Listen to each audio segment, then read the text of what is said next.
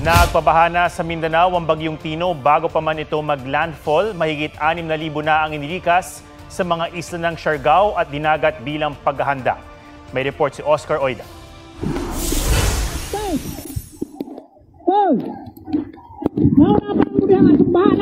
Hanggang baywang na baha ang buwis-buhay na sinuong ng mga taga-barangay Tagmamarkay sa Tubay, Agusan del Norte.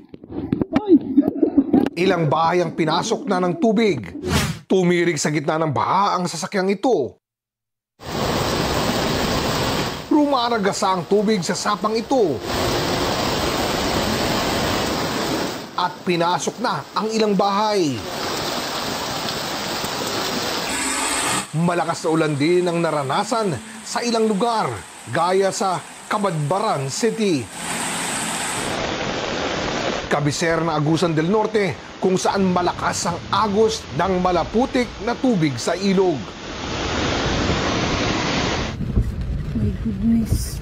Nanlumo na lang ang mga motoristang ito dahil baha na sa kanilang dinaraanan sa highway ng Santiago, Agusan del Norte.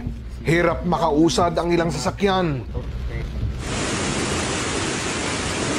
Dahil sa malakas na ulan at hangin.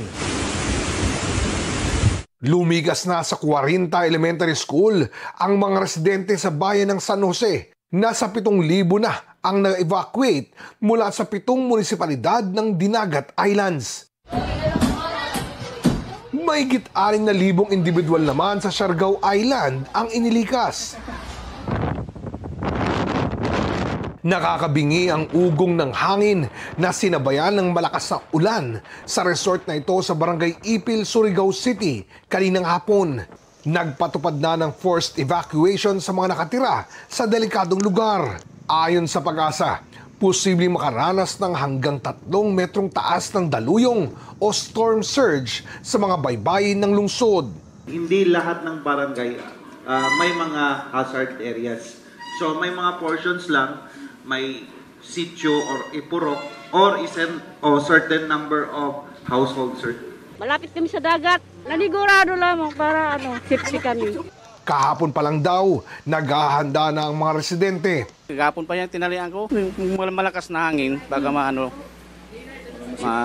masira pa. Ang mga taga-barangay Washington sa CVDS Elementary School na malagi. Ilang residente naman ang nagpanic buying. Kasi magbabagyo.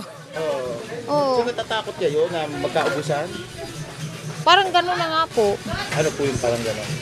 Magkakaubusan ng pagkain. Kaya bibili ako. Paniguro lang kasi may mga apo ako marami. Natakot daw sila dahil sa anunsyong walang magbubukas na supermarket at bangko. We were able to make recommendations for them to open today para to give way also for preparation ng mga tao. Kung kailangan nila mamili, kailangan nila mag-secure ng pera. So we're very thankful na wala nang panic buying. Oscar Oida, nagbabalita para sa GMA Integrated News.